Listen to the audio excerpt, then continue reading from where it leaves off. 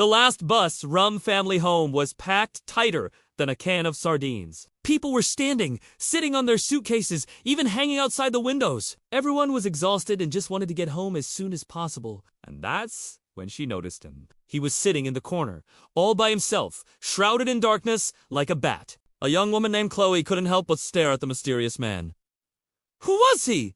Why did he take the late-night bus? And most importantly, why was he always shrouded in darkness? Was he even real, or just a figment of Chloe's tired imagination? Curious, Chloe decided to find out. As the bus rattled along, she stole glances at the man. He seemed to be in his mid-30s, had messy dark hair and piercing blue eyes that seemed to bore into her soul. Every time their eyes met, a shiver ran down her spine. Suddenly, the bus lurched to a halt. "We've broken down," the driver announced, his voice tight with frustration. "I'm so sorry, folks. Looks like we'll be stuck here for a while." As the passengers started to grumble, Chloe couldn't help but feel a sense of dread. The darkness outside was getting thicker, and she could feel the man's eyes boring into her. It was as if he wasn't a person, but a predator sizing up its prey. To distract herself, Chloe pulled out her phone and started scrolling through social media. But it was no use. The creep kept popping into her feed, appearing in every picture like a ghastly apparition. She could see him standing behind trees, lurking in doorways, even hiding in plain sight. And then she saw something that made her blood run cold. In one of the pictures, he was standing next to her friend Emma. They looked like they were having a good time, laughing and making funny faces. But what was he doing there? And why didn't Emma seem scared at all? Chloe decided to confront her friend. "Emma, how do you know this guy?"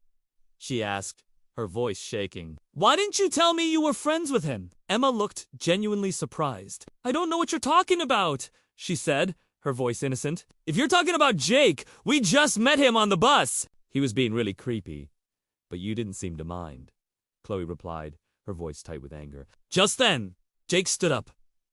"I'm going for a walk," he said, his eyes flashing. "Anyone who wants to come with me is welcome." Chloe felt a surge of fear. What was he planning? Was he trying to lure them into the darkness? Before she could stop her, Emma was already out the door, followed by several other passengers. "Don't go with him!"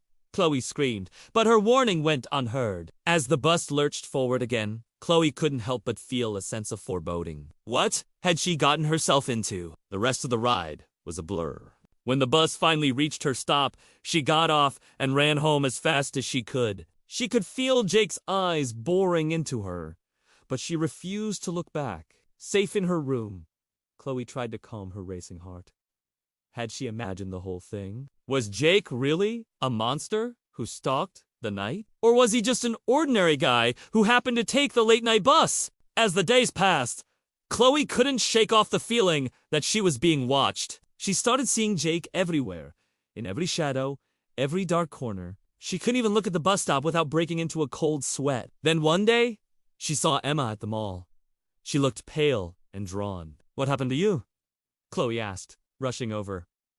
"Why have you been avoiding me?" Emma looked at her, her eyes wide with fear. "Jake," she whispered, "he's not human. He's a monster."